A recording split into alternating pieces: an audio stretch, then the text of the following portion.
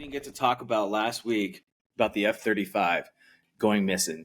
And now we have another veteran on. This is a perfect time to share some of our stories about missing equipment. But first, let's talk about this. How do you lose an F-35? I mean, it takes skill, I'm sure. I actually did a little bit of research on it.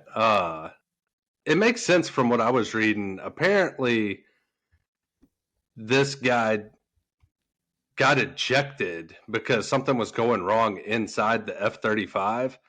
And so it wasn't like a self-eject. Apparently, that's built into the system to eject you whenever something's going wrong in the panel. Be flying along. It sounds terrifying. Red light. He's just flying, and then all of a sudden it just beeps at him, and he just... He's FaceTiming his wife. Yeah, baby. Get them beers on ice. Daddy's going to be home. Oh! Did you catch the clip of the guy talking about finding the wreckage in his yard? Dude, it's pure gold. You have got to look it up. He says, all I heard was, he goes out to his pasture and there's just an F-35. My thing is, I don't understand. Like, they put out a public service announcement to the public. They're like the PR guy's like, hey, anybody see an F-35? Like, how do you lose that? Because they got to have like GPS and what is it? Millions of dollars, $100 million aircraft, right? $100 million aircraft, yeah. And you don't know what happened to any type of GPS on it. Like, are you serious? Like, your AirPods, you can find your AirPods easier than an F-35. That's a good point.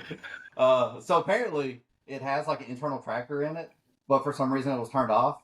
I wasn't able to figure out why it was turned off. Also, the radar signature of an F-35 is the size of a golf ball. So, yeah.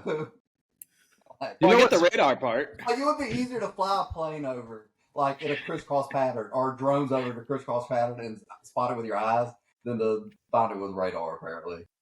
You know what would make a lot of sense? Maybe this guy saw something going wrong or pushed some wrong buttons and panicked and was like, look, I'll just turn off the tracking, eject, book it to the closest bus station, and no one will ever know what happened. Here's what happened. His wife found his other Facebook account. And he's like, I gotta fake my death. They found him before the F-35. Gotta change the narrative here. Heroic death. I crashed my jet. No one will ever remember me for the bad. Look, I'm glad the guy apparently is doing fine and everything. So, I'm sure it was a traumatic experience for him. But can you imagine going back to your command? Being like, lost the F-35. Just do push-ups. No. I'm catching the closest bus out of here. Forever. Like, maybe one per dollar that you... Like, I would never show back up. I'm bouncing.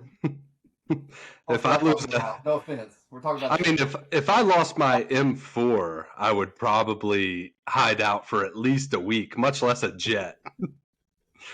The thing is, it was a Marine jet. It was the Marines too. It wasn't the Air Force. It was the Marines. Oh, okay. That's the worst. Oh yeah, that's right. I heard it was a Navy jet, but I guess the.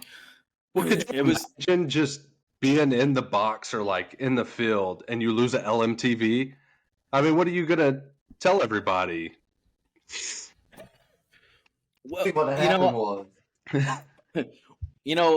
True story. We'll leave all the names out, but we didn't lose an LMTV, but we wrecked an MATV, a MATV, right? I remember that. Yeah, and this is the world's best driver that the Army's ever had, and I have so many stories about this guy that's the driver. He was so tired. He used to just we'd do training exercises, and we'd be bounding, right? One Humvee sets, and then it'd be his turn to move forward, right? And he would get set, and he's like, set, sir. And then all of a sudden he'd put his head on the steering wheel because he was so tired. No, he was for sure narcoleptic, for sure. Yeah, and because Joe's does it too, and we're doing the training with the MATV, right? It was the first time we get to drive one of these, and everyone's like, all right, guys, this is like $1 million vehicle. We got to be careful. And I have a picture up with everyone's faces blurred out. I'll throw it up so people can see it. And they're like, that puddle looks really cool over there. I'm in the back seat.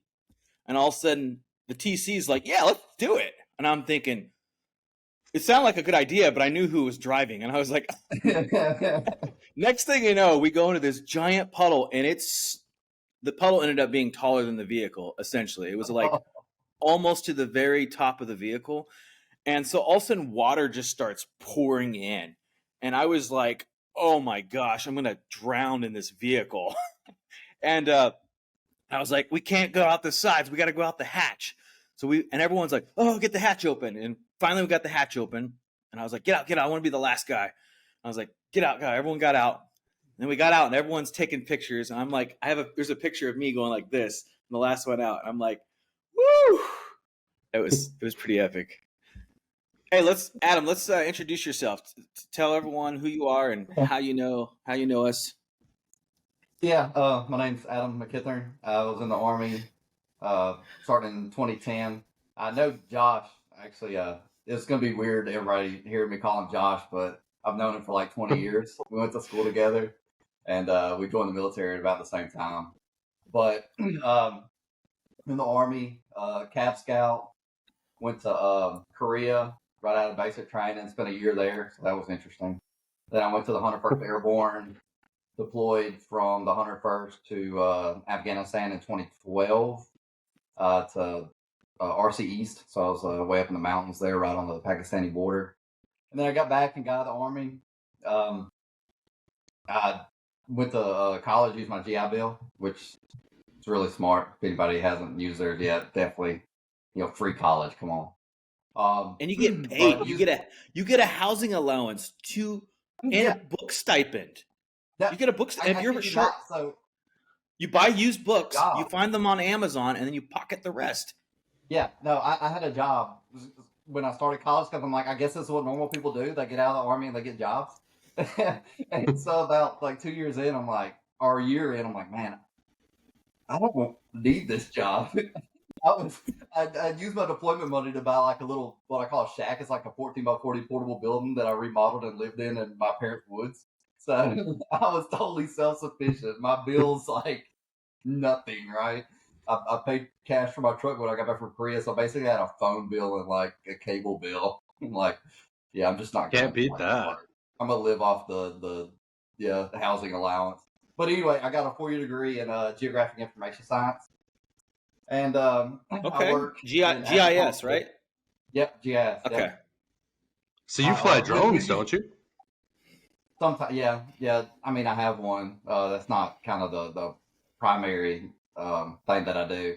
I do spatial database management and mapping and like design for a company that manages farmland. So, okay. Oh, well, I was in I always forget about this, which goes to show you how seriously I took it. While I was in college, I also did 3 years in the Army Reserve. So, oh, nice. I didn't know that. I know. I'll forget that I did it. Wait, reserve, not individual ready reserve? Yeah. Like no, actual reserves? Yeah. So when I got out and I started college, like a lot of veterans, had some like buyer's remorse a little bit. I missed the parts. I got out as a sergeant, so I kind of missed being in charge of people and, just responsibility and then having a mission and a community. So I'm like, I'll just join the reserves. Yeah. I'm not going to talk bad about any like service, but going from 3rd Brigade 101st Airborne, who was either always deployed or getting ready for deployment, to a reserve unit, it was a culture shock, and I didn't, I guess you probably get out of it what you put into it, and I didn't really put much into it. So. Yeah, not quite the same experience. Yeah. But anyway, what was your difference, or what was the clear difference you could tell from when you went to your reserve unit for the first time compared to active duty? Where did I start? Just there was no, and once again, I'm really not trying to denigrate anything. This is my personal experience, and I served with some great guys in the reserves too. Don't get me wrong. There was just nothing had any stakes, right? There's no weight to anything. Everything you did, in in deploying unit, it has stakes attached to it, even if it's a layout, right? This layout is so we can get the Connex back for deployment, right? Oh, This training is suicide deployment. There's no weight attached to a non-deployable reserve. Sorry, you said the word layout and Connex, and I immediately just got a migraine. I'm sorry. You're right. I don't know how many times. I remember one time, right? We're like, all right, we got to get the Connex, open it up, do a layout. And we did that 4 more times that day. Because, the squad leader had to look at it, and then the platoon sergeant had to look at it, and then the PL had to look at it, and then the XO had to come by and look at it. And I was like, why don't we just start with the XO from the first time? I know. It's got to go all the way to the chain of command. It's funny that you mentioned, or I mentioned layouts. I guess this is a segue. I have a story about losing something. No, that's kind of supposed to be the overly the theme of the podcast. So when I was in Korea, the supply room, or for some reason I was thinking it was the Seaburn room, was doing their like quarterly or semi-annual layouts, and they were missing these pair of nods, right? So at first it's 5 o'clock rolls around, no one's going home until we find these nods. It's like, okay, whatever. Everybody goes and looks through their equipment. No one has the nods. Then it's, everybody go to the motor pool, because I was in an up armor cab unit. Like, take everything out of the Bradleys. Try to find these nods. Nothing. Then it's everybody up to your barracks room. We got to, sit NCOs up there to look through all your equipment. Then it's still couldn't find the nods. Then it's like, go get your nods, and everybody single file walk through and say off the serial number so we can check them off. Look, it's like 10:30, 11 o'clock at night. And finally they're like, we don't think these nods exist anymore. But the kicker, right? So the kicker is that Korea is a 1-year deployment, or Right. 1-year rotation. So like your leadership team's always getting replaced. And so like 3 months or 6 months later, the exact same thing happened. I felt like I was in a Twilight Zone episode. I'm like, they're missing the nods that they were missing 3 months ago, that they realized that we all know that some private got them and like sold them off base to buy drinks for his juicy girl. But like, to my knowledge, the soldiers are still standing in formation till like 10:30 at night. Like 10 years later, looking for this pair of nods. Oh yeah. So, yeah. Dude, we had this one time when I was in Italy, the 173rd. We had just got out of the box, and same thing. We were missing, I think it was like 150 live rounds of saw ammo. It was supposed to be on a belt, and we had looked everywhere, searched all the trucks, bags, everything. So we go to the barracks, and we're like, "Look, we're gonna do an amnesty hour. So for the next hour, if you'll just bring out the rounds, that's it. We won't say anything. It'll be over." And one of my privates comes up and he's like, "Hey, for this amnesty hour, can we bring out anything?" And I was like, "Well, let me find out." So I asked my leadership. I'm like, "Hey, I got some dudes wondering if amnesty's for anything." He's like, "Yeah, screw it, just anything for the next hour." So this guy's like, "Okay, Roger," and he like runs up to his room. I swear, he comes out with a box of like, it's at least 11 or 12 rabbits. Like in this giant like U-Haul box, and I'm like, dude, what the hell? Like, we're not even allowed to have pets. He was like, you said it's amnesty. So he's got like all these carrots and cabbage and a box full of rabbits. And I'm trying to figure out what to even do with them. We're in Italy. It's not like I can take them to a pet store.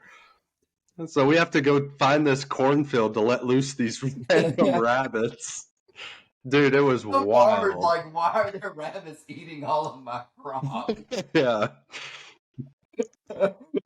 Dude, bunch of savages. What was doing with the rabbits? Did you find out? Like, so I did pull him aside, and his whole thing was just he wanted company. I mean, he didn't have a roommate. He thought he'd be able to get away with it.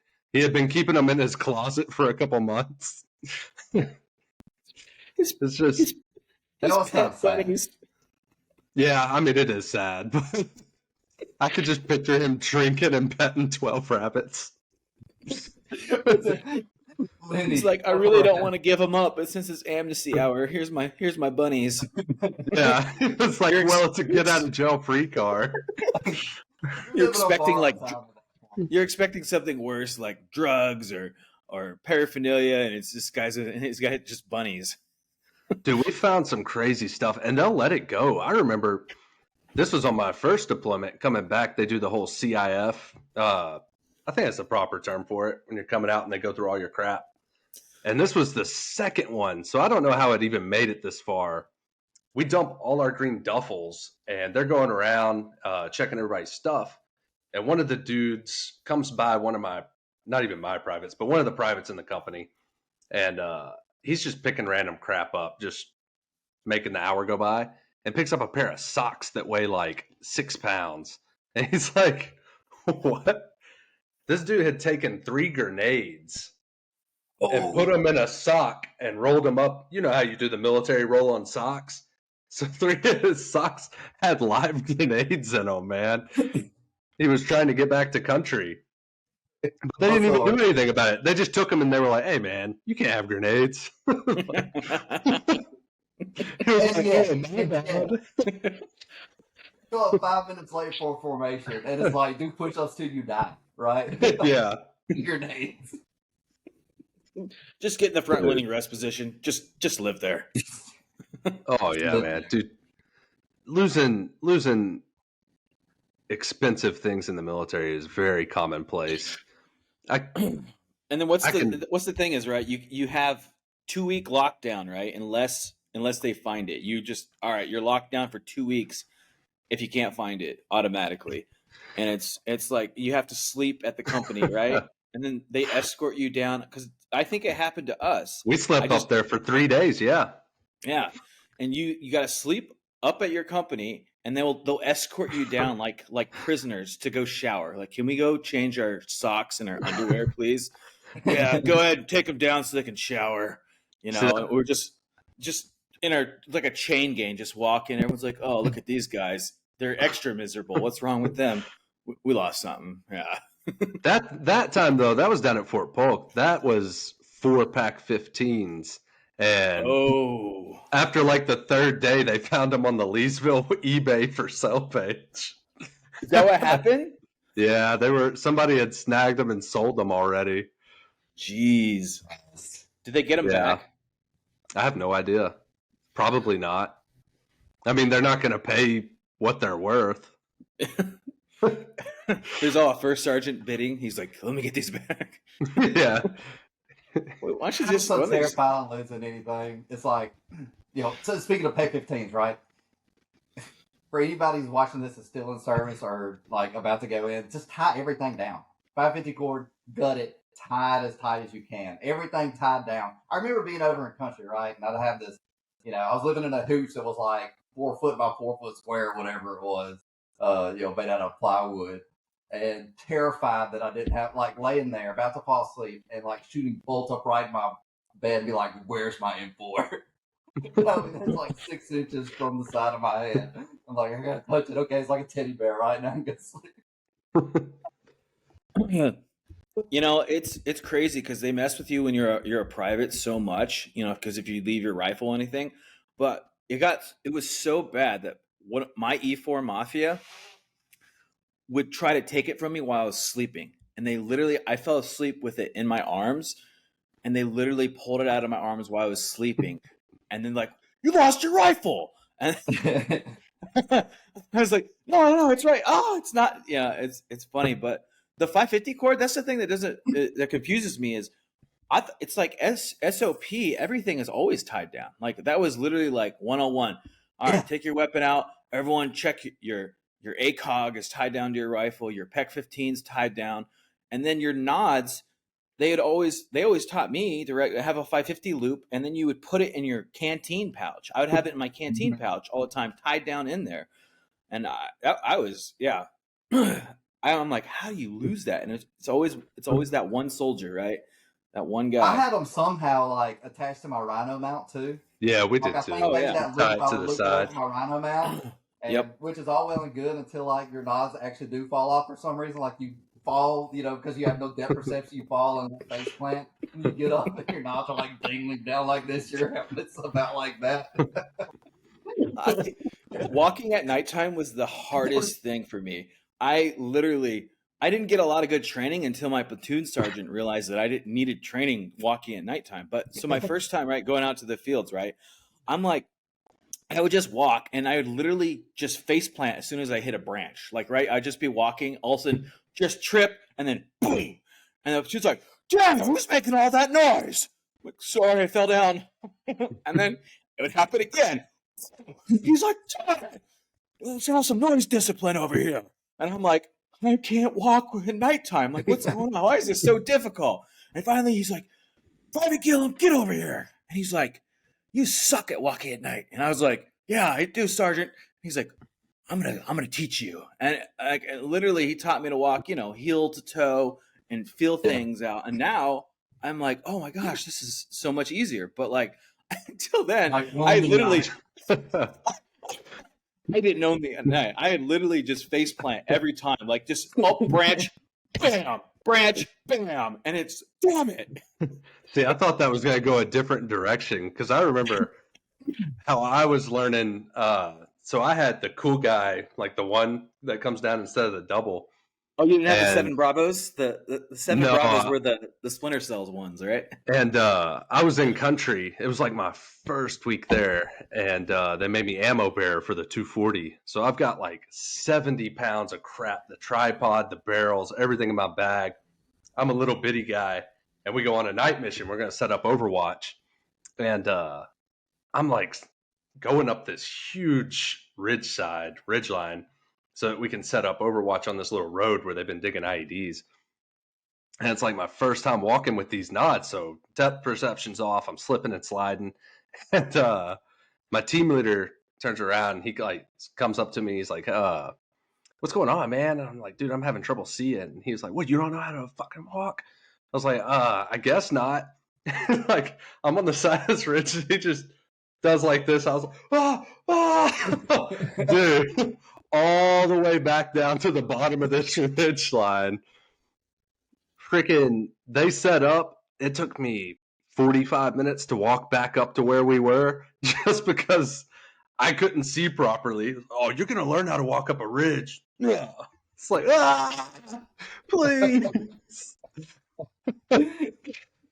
That's how I learned how to get good at nods, was trying to climb a ridge line all night. As soon as I made it halfway to the top, I got pushed to the bottom.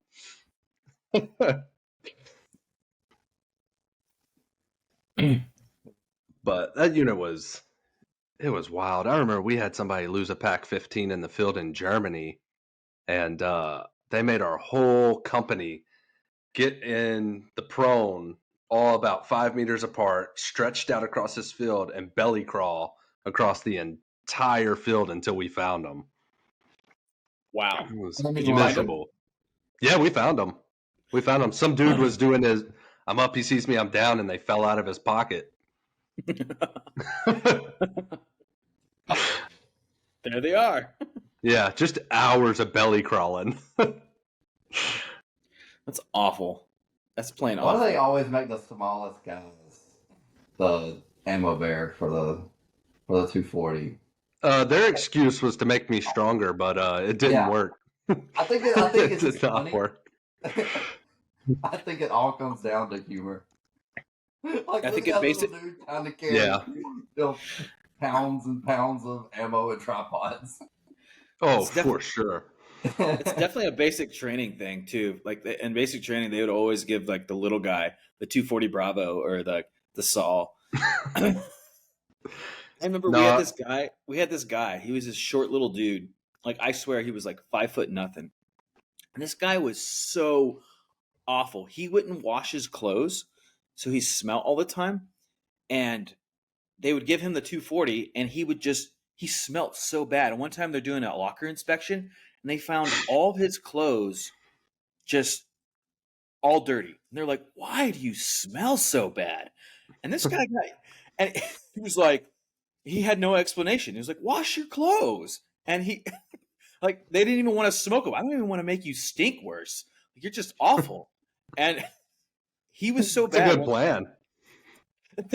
He was so bad that one time we're out doing our FTX training, right, or whatever, and he went to the bathroom. He dug a hole, and he went to the bathroom in the hole, and then he turned around and then stepped in his own hole. Oh, come on. They almost That's felt rough. bad for him. He did graduate, and I wonder what he is to this day. But He's still in what the a army, guy! I bet. Oh, for Probably sure. He's is. probably a first sergeant. No, He's I'm a first telling you. art. I realized that. So we had a less than stellar soldier, and man, he was just couldn't do anything right. And this was in the 101st. He never did anything right. He was always doing push-ups or low crawling up and down the hallway or whatever it is. Like to the point where it's fun to rag on him, but you also felt kind of bad for him. He was a waterman, and I'm about to get out of the army, right? I'm about to ETS, and I realized that he was thinking about re-upping. I'm like, dude, get out of here!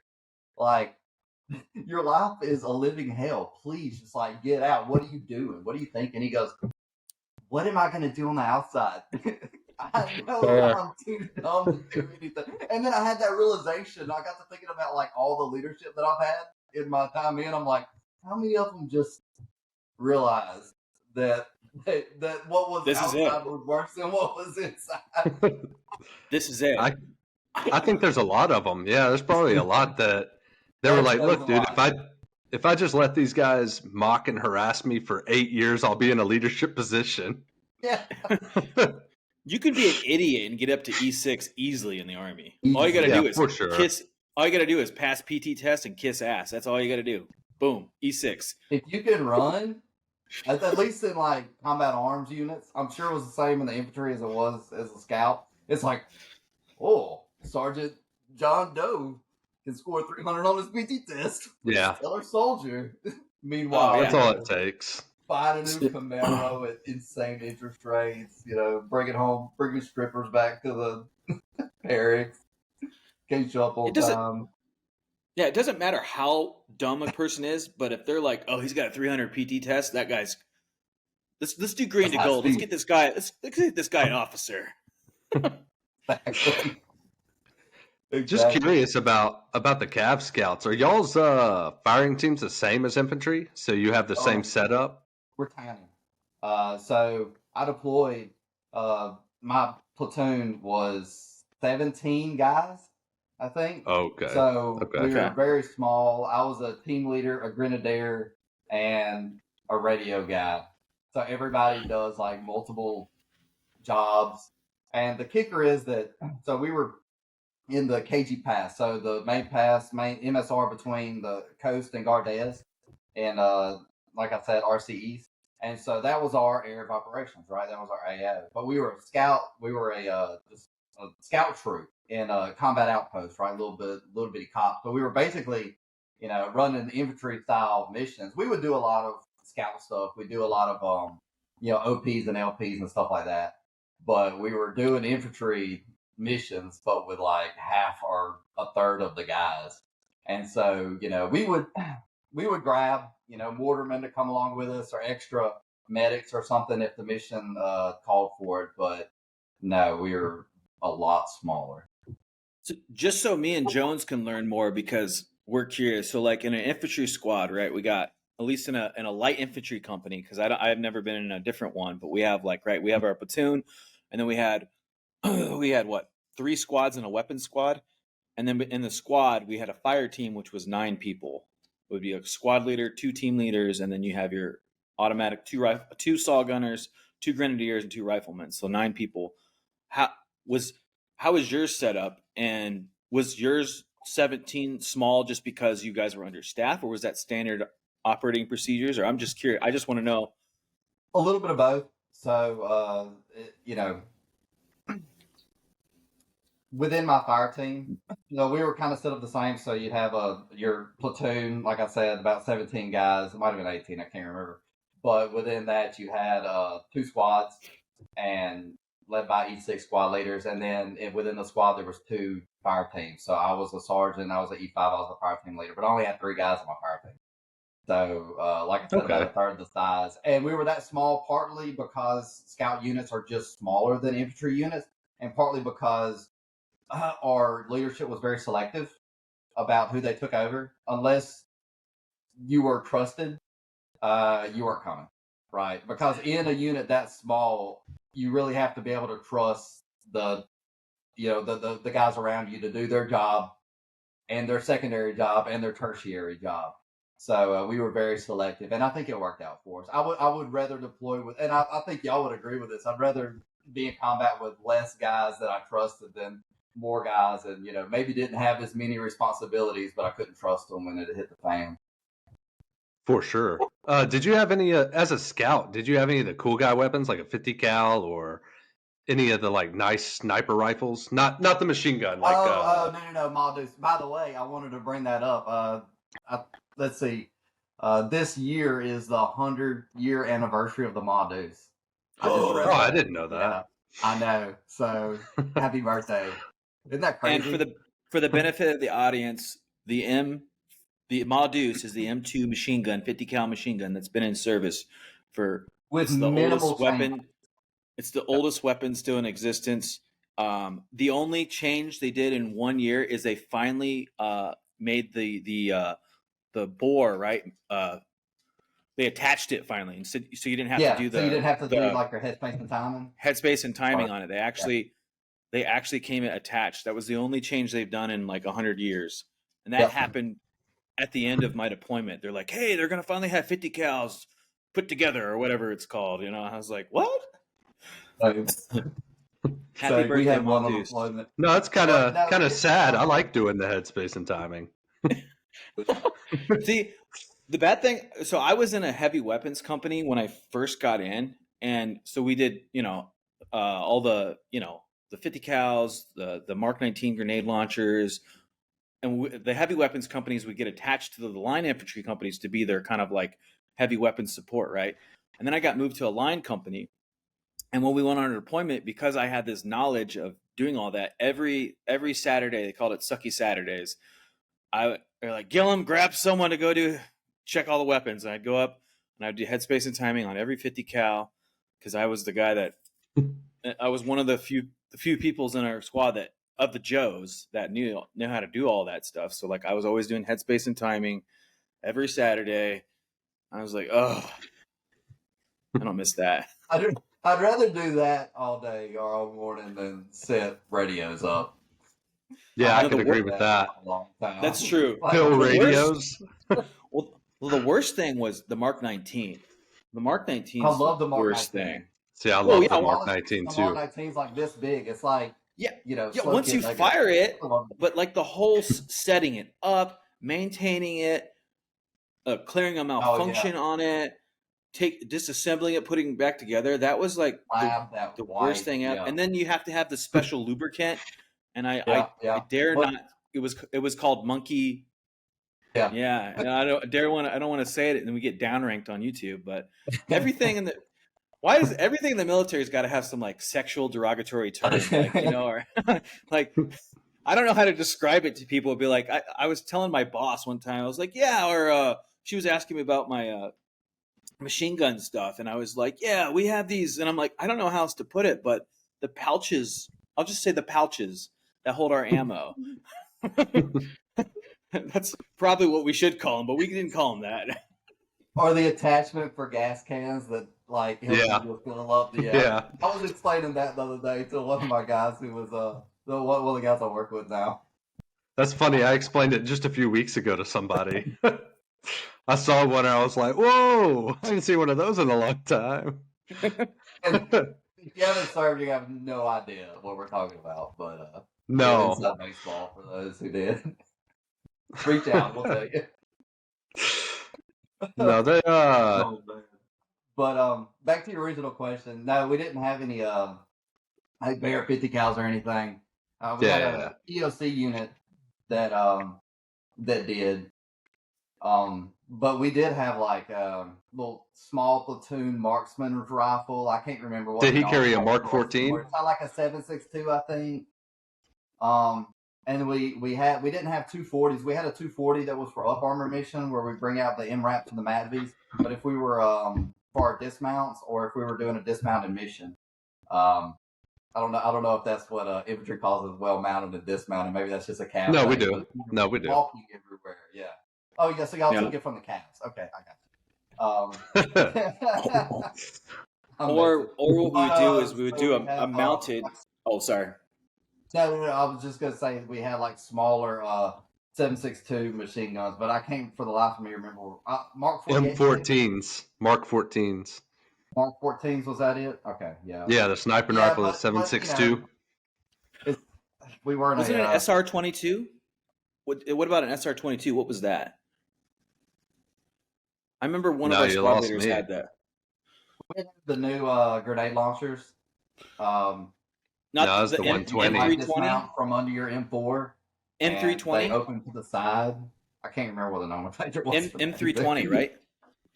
Yeah, I think that's what it is. Because it was the 203 was the tube, and then you had the 320. Yeah. Which was the little cool guy gun you could tilt up, blast people with. I had to do a brain dump of a lot of the minutia in order to get through college. Because that was you would just detach it, right? The grenadier. I remember our platoon sergeant. Every mission, he would just come up to our grenadier and be like, "Give me that," and he would take the guy's grenades and his. The poor guy's like, "I want to use my grenade launcher." Too bad. Too bad. That's the same thing I had happen. I got in a firefight one time, and this was my first tour. I was in Kunar, and I'm sitting there shooting, and my platoon leader is like, "Hey, go grab the law," which, for those of you that don't know, it's an old school little grenade launcher. It's little bitty. You unfold it, grab it, and you get to shoot. Oh. You don't get to use them very often anymore. So I'm like, "Oh, cool!" So I go and like grab it, and one of my squad leaders sees me over there, and he's like, "You think you're gonna get to shoot that before me?" I just see him beelining, and I didn't know what he was gonna do. I'm just like, "Oh yeah, look, I got it." This dude just shoulder checks me into the side of the vehicle, snatches it, launches the round. He's like, "Don't ever grab one of these without my permission." Throws the extended gun. I'm like, "Okay, my bad." I never got to use the law, but I did get to fire an AT4 in training, and then I did fire a Carl Gustav a couple times in Afghanistan. Like Carl actually Gustav fire was the AT4 or do like the little like 9mm? No, I fired an AT4 and I hit a T-34 tank in training right in front of my company commander, and he was like, "Good shot, Gillum," and I was like, "Thank you, sir." I don't know how I hit it too. I just remember that. I was like my shining moment. I'm like, I did it.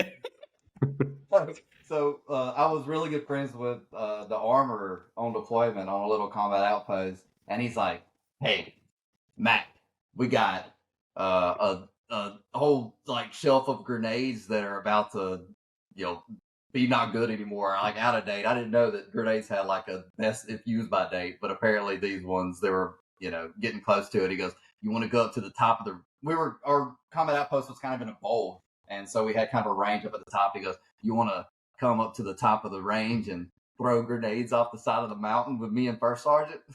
Absolutely, I do. So we went up there, just threw grenades. One of them didn't explode that, and so we had to call EOD. Some kids out there like, "Yay!" There's a grenade down there in the valley that did not explode. They were out for I can't tell you how long. I don't know what they were out for. But if we weren't there with First Sergeant, yeah, that might have been a problem. Why not explode it with like a law or something? You should have shot something down to shoot the grenade. Nowhere it went. It was like a cliff basically, and by that point we were hook shot. I bet EOD was super excited to come help. So mad. Oh, they were so mad. But how did you explain it? Oh, we were with First Sergeant. We're just like, we're throwing grenades with First Sergeant. What are you gonna do? Oh, yeah. What can you do? Y'all are attached to us. We'll find the grenade. They were always. EOD was really. Our EOD was rather took their time. So we were on QRF and like the Afghans found what they thought was uh, IED. It'll be like, we have to be ready and in the trucks in 10 minutes, right? Everything ready to roll out the gate in 10 minutes because there's a quick reaction for it. And be like, we're waiting on EOD. Like 30 minutes later, still hadn't shown up. And we'll get a call on the radio and be like, the ANA, the Afghan National Army guys just shot it and blew it up. I'm like, okay, that worked. Yeah, we dealt with that a lot too, but I feel like if your job is to mess with bombs, you're going to be patient and Let's take the slow. time. Yeah. you're in there saying your prayers, grabbing your rosary. It's going to take a minute to get ready. Fair point. That's about That's the one job in the military I would not have enlisted. I mean, any other job I think I could have done. EOD, I'm good, man. Yeah. You can have it. Yeah. Oh yeah. Because that's my least favorite part of the military is I was always terrified of explosives. So getting shot at, I never bothered. It never bothered me. I can shoot back. We can have, duke it out. But the random explosions, and see, my squad leader at the time thought it was hilarious. I was terrified of explosives. So I carried the Claymore. I carried 4 extra grenades. He would strap all kinds of everything you could think of in my bags. I'm just like walking around hoping I don't get shot. My bags were full of explosives.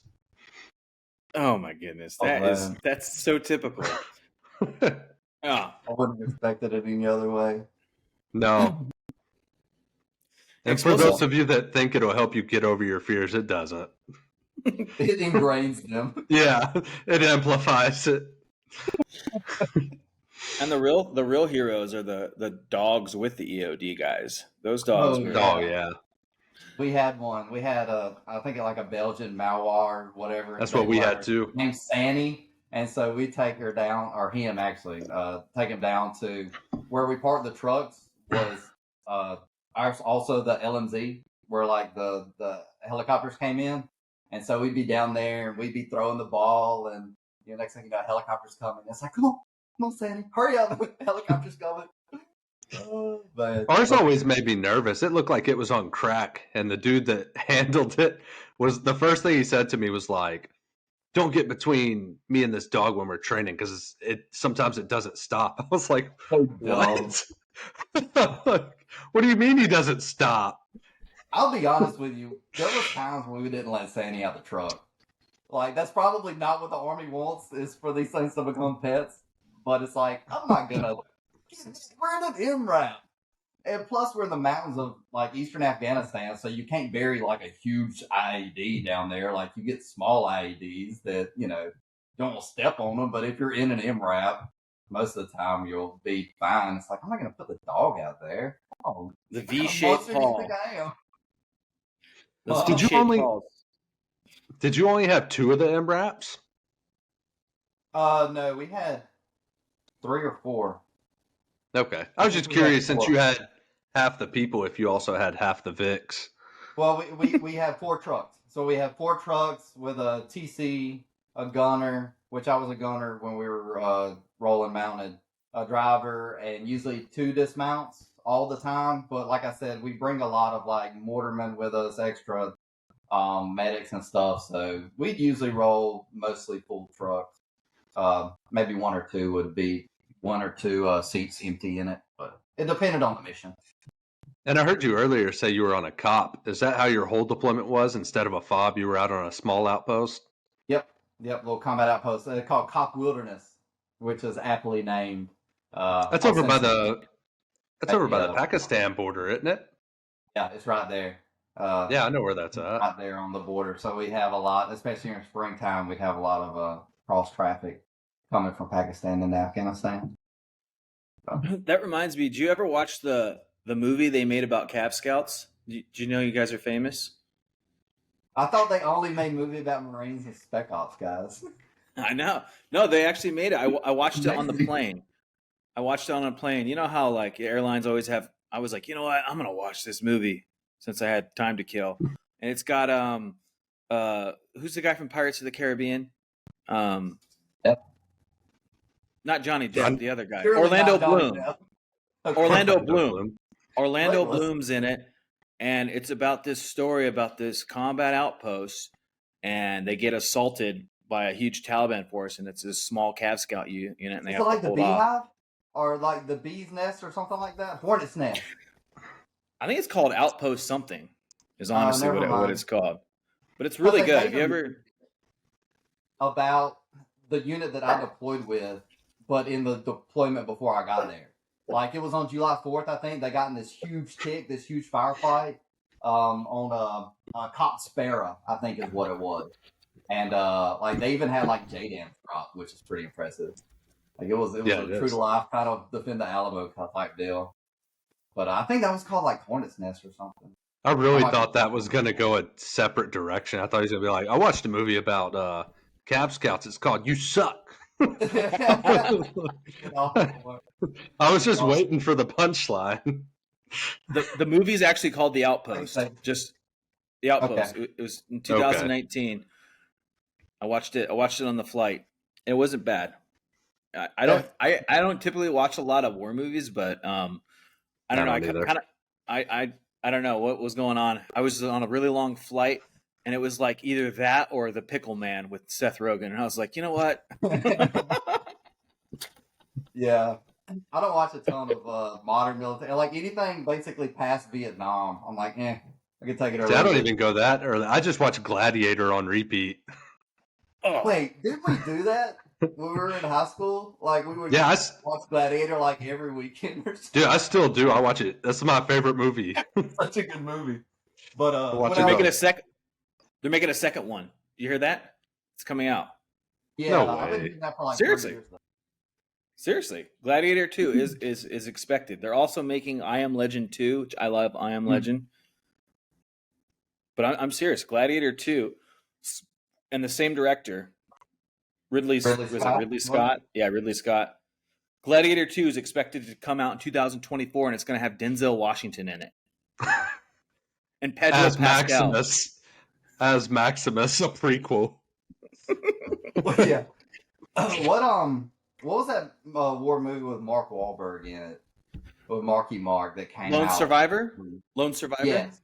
So one of the first dates I went on with the woman who would become my wife in college, like I had gotten back from deployment maybe just a few months earlier and hadn't watched anything like that. And I'm still kind of, coming down from like the deployment high. And she's like, I'm like, you want to go watch a movie? And for some reason we ended up picking that one. And I'm sitting next to her, and it's kind of wintertime, so we both have jackets on. But she's like, dude, I could feel your pulse like through through both of our jackets into my arm. I'm like, yeah, that was a mistake. I'm gonna be awake all night. Yeah, that's how, dude. Have you ever seen Restrepo? No, I haven't. That's another one. I'm like, probably. Dude, that's one that'll get you fired up. So that was my first unit, the 173rd, but it's a live footage documentary where they had this dude go into the Korengal Valley and stay on this outpost with this small infantry unit, and they ended up getting surrounded like right in the heart of the Taliban. That, if you want to watch some crazy firefights, go watch that movie. It's insane. It was in 2007 during the push, right? Yeah. And your unit was there, and that valley was so dangerous. After that, your unit's deployment there, they said no Americans can go to that valley anymore. Correct. That's correct. Yeah. That video it's crazy. My squad leader is in there, and so is my team leader. So my squad leader gets shot twice with a 7.62, and then there's a video footage of him being drug off by the Taliban. Dude runs up, guns them down, and drags him back to base. Dude, if you want to watch an insane documentary, go watch Restrepo. It's nuts. It'll get your, like you were saying, it'll get your blood pumping. I love happy movies. I can't watch anything sad anymore. Like, see, ours nowadays is just Paw Patrol. Oh yeah. Oh come on. That's like all we watch. He's on pace. Are you kidding me? 24/7. Here's an interesting question. What do you guys think is the most realistic? Not in terms of like graphics, but what do you think? What movie do you think best looks like a military movie? And then on the flip side, what do you think is the biggest joke of the military? Just off the top of your head. I could start while you guys are thinking. I Yeah, think you start. I think well, obviously I think Saving Private Ryan has a lot of real elements to it, because I feel like there wasn't a lot of little details that you just get like caught up on. And you're like, is that what happened? You know, it was like the chatter. Like, I love it when they're walking across that field, right? And he's talking to, I forget, the guy that was the bar gunner. He's like, the BAR. He's like, well, sir, tell you what I would do. Or no, he's talking to the sniper. He's like, you put me within 100 meters of Adolf Hitler and I'll end this war. And I just think that kind of chatter, and he's like calling him sir, and that's totally a chatter that you have like with an officer. I think they did a really good job on that. That was a great movie. The part that One of the about worst. that, Hold on, Go real ahead. quick. The worst one off the top of my head is GI Joe 2, and I'll tell you why. There's I don't one think scene. it's supposed to represent it Yeah, accurately.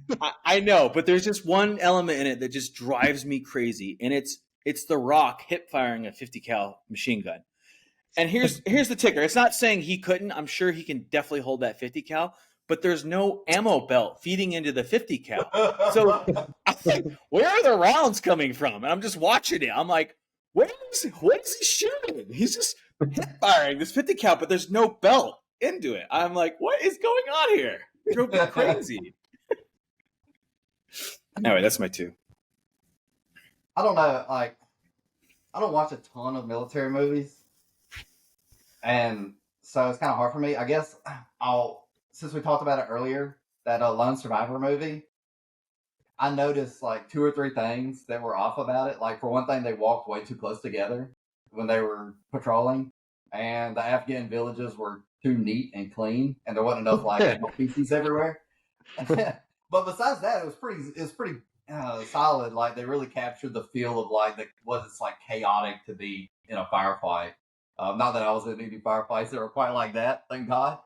But that was a pretty good movie. Saving Private Ryan, I love, of course, and I'm sure I'll think of like 5 more once the call's over. I've But got kind of the a bad ones, I don't know. I don't really watch. Like I said, I don't watch much. Anytime. Okay, here we go. I'll kind of go outside the box. Anytime that the military is presented in not a military movie, like one of my wife's Hallmark movies, and there's like a military member in it, that is, everything is wrong. From the uniform to the demeanor, like there's nothing right.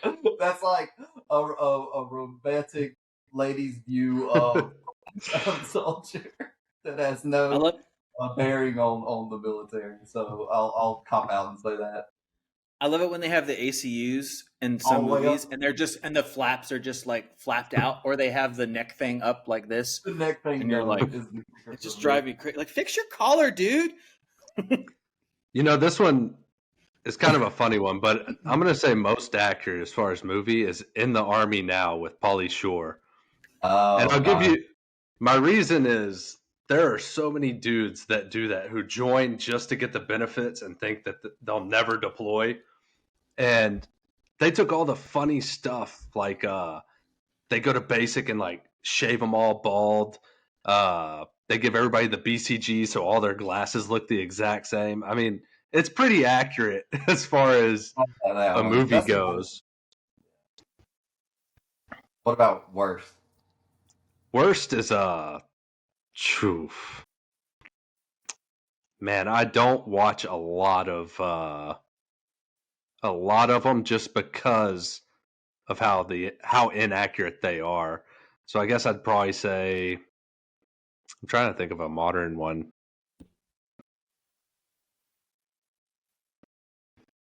I think I'm gonna go with what Adam said, and any of the ones that just try to portray soldiers, where he's like the cool guy coming in, looks he's all squared away, looking perfect, got his dress blues on everywhere he goes. We gotta admit though, like You know what's a really good show though? You guys have to check out. I don't know why. I just started watching it because I was told it was so good. It's called The Terminal List, I think it's called, and it's with Chris yes, Pratt. It's on Amazon Prime. It's so good. It's like this SEAL unit, right? And the SEAL unit gets ambushed, and then the only guy that survives is Chris Pratt. He's the SEAL unit commander and or like the team leader, right? And he finds out that there was a conspiracy within the special ops unit, and he kills every single person that wronged his unit. And it's like crazy. It's a It's crazy really good. show. It's so good. It's so good. It was so good. And he wears this jacket, right? And I was like, that jacket looks badass. And I Googled it and I was like, what jacket does Chris Pratt wear in this show? And I bought it. Now I have this jacket. And it looks great. I just finished watching that about a month ago. It was really good. The guy that wrote the book that it's based off of, I watched an interview with him. I can't remember who was interviewing him. I think it might have been on Representative Dan Crenshaw's podcast. We hold these truths. It was really good. Oh, And they had him on as an advisor. The guy who wrote it, I think he was in the teams, or it was some kind of a special secret squirrel guy. And so anyway, that's really good. But I was gonna say, you got to admit that no matter what, how good the portrayal of the military, the thing that Hollywood always gets wrong is that everybody's way too competent. no, by far. Like, they really think that we're America's best and brightest, rather than the farce that it is 90% of the time. And there's Oh yeah, they always make it a crack unit. Every single person's just super high speed. Like, no, you got to put some idiots in there, and Oh, like yeah. You have to. sprinkle We in had- a couple just complete morons. We had one dude put his own head through a drywall. Right. I don't know if you were there for that, Gillum. But that's the type of people you're dealing with. We had this kid come into the office on post down at Fort Polk, and all the offices are separated by thin little sheets of drywall. That's all it is. And the guys next to us were just, you can call it harassing, smoking, whatever. They were smoking one of their privates, and out of nowhere, all I hear is, I'm such an idiot. And I see a head bust through the wall. Well, everybody's like, what the crap? Like, we all like run over there, and they're like, dude, what's going on? He had grabbed the side of the wall, and he's like ramming his own head through the wall. I was like, what? So, I mean, just craziness. I think I don't know if Cav units are like this, but every infantry unit, every battalion has days since incident countdown. There's a sign. As soon as you walk into an infantry battalion, days since incident. 3. Oh, we're on a roll. I think I gotta just say, since we're on the idiots thing, one thing, it's a hilarious story, and Jones probably remembers this. We had one guy who he broke his foot twice, and he had to get surgery, and he did it because he fell off the railing of the building, and and it was drinking, right? And it wasn't like on purpose, but just drinking, and some reason the railings at our barracks, it just was a bad mix. And this guy, he accidentally took out one of the brand new privates with him, and they both tumbled off, and he broke his foot. The private broke both of his arms, and he was just, and they both come up, and he's on crutches, and the other guy he's in casted. He's just like this, and he can't do anything because he's just like arms broken, and that barracks, I don't know what it was. Someone else fell off. There was another guy. This guy was just hammered, right?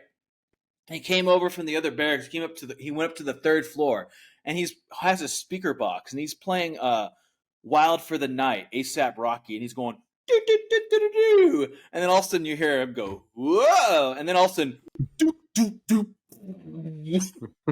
and he hit the railing on the way down, and I think that's the only thing that kept him from getting seriously injured. He was just bruised, and that's it. And we finally got moved to a new barracks, and you think the problems would end, but then 1 month after I got out, the guy that broke his foot got drunk again, and he fell down the stairwell of the new barracks. Dude, I know the MPs hated our barracks because we also had that kid. We had one of our privates go steal a backhoe and drive it over the tree in front of the barracks. Like, woke up the next morning, there's a whole backhoe sitting up on a tree. Oh, the MPs probably cordoned off my barracks at least 15 times. We had a guy in Korea get way too drunk out in the Ville and then end up on a different base and like sneaking into a helicopter and falling asleep in like an Apache helicopter. That's so impressive. And making his way back to base. No one ever knew. That's so impressive. This Yeah, guy I never ended up in a helicopter. I remember waking up drunk, and we had a battalion formation where they were doing a changeover ceremony, and I stumbled out the formation, and I'm sitting there, I'm at attention, I'm listening, and the guy next to me was like, "Hey, who are you?" I like look over, and I was like, "Who are you?" And he was like, "Oh, dude, this is Bravo Company." I was like, "What do you mean? Where's Alpha Company?" And he was like, "Shh, shh, shh, shh, just stand there." Just like, I did the whole ceremony with this other company. At the end of it, I go back over, and my squad leader's like, "Where have you been?" I was like, "Dude, I was in the ceremony. I promise. I was just with the wrong company." Oh, change of command ceremonies were the worst. It's like, yes, Yes, they were. let's stand in formation. The only redeeming quality was that you always got to see guys lock their legs and fall out. Yep. It's Yeah. like, come Like on. clockwork. And you'd be looking through your peripherals, be like, you're next. I see you wobbling. I have a change of ceremony story that needs to come out to public because if the person that I wronged ever is listening and hear this, I'm so sorry that this happened to you. But so in basic training, they did a brigade change of ceremony. And it was a new brigade commander. So it was like massive, right? You have all these training, like we just need enough people to show up to this ceremony. And it was whatever. It was just, it was in basic training. It was at the end too. I was almost graduated, and I sprayed some sunscreen stuff on me. Well, I don't know what happened, but I'm sitting there in the sun, and I keep smelling the sunscreen. I'm like, I feel really sick, and I couldn't move, right? And then all of a sudden, I started getting real nauseous, and I'm just sitting there at attention or parade rest and not moving, and I just yak like all over the guy in front of me, and everyone can't move, and I just hear a mutter on the breath, and nobody even probably knows it was me because I can't move at all, and I just like and I couldn't move at all. And to this day, man, if I'm the one that puked on you and at Fort Benning in 2012, I'm so sorry. He's probably got his own podcast right now talking about some dude vomiting on his back. It was 100 degrees out, and the guy behind me just vomits. Put sunscreen on before chasing it. You were the most responsible soldier I've ever heard of. It's never crossed behind to put on sunscreen before chasing. I normally never wear sunscreen. I was just like, oh, it's going to be a hot day. I should probably put some on. The archivists were so stupid. I remember we had to start writing people up in Afghanistan because they refused to put it. We had dudes getting like 3rd-degree blisters. They were like, "I'm fine, I swear." It's like, dude, our medic's running out of ointment, man. Just put on some sunscreen. Oh, yeah. Oh, man. Well, this has been fun, guys. Yeah. Adam, we're gonna have to have you on again for another repeat because we had too many good stories, and this has been a great time. This is what happens when you get 3, former combat arms Joes together in one place talking. Yeah, no, it was an honor to be on the Shieldwall, to be a member of the Shieldwall. I love the podcast. I've listened to every episode, and give some feedback where I think when y'all do something good, when there's room for improvement. And I've seen a lot of growth in the podcast over the last 3 or 4 episodes. Y'all are really kind of hitting y'all stride.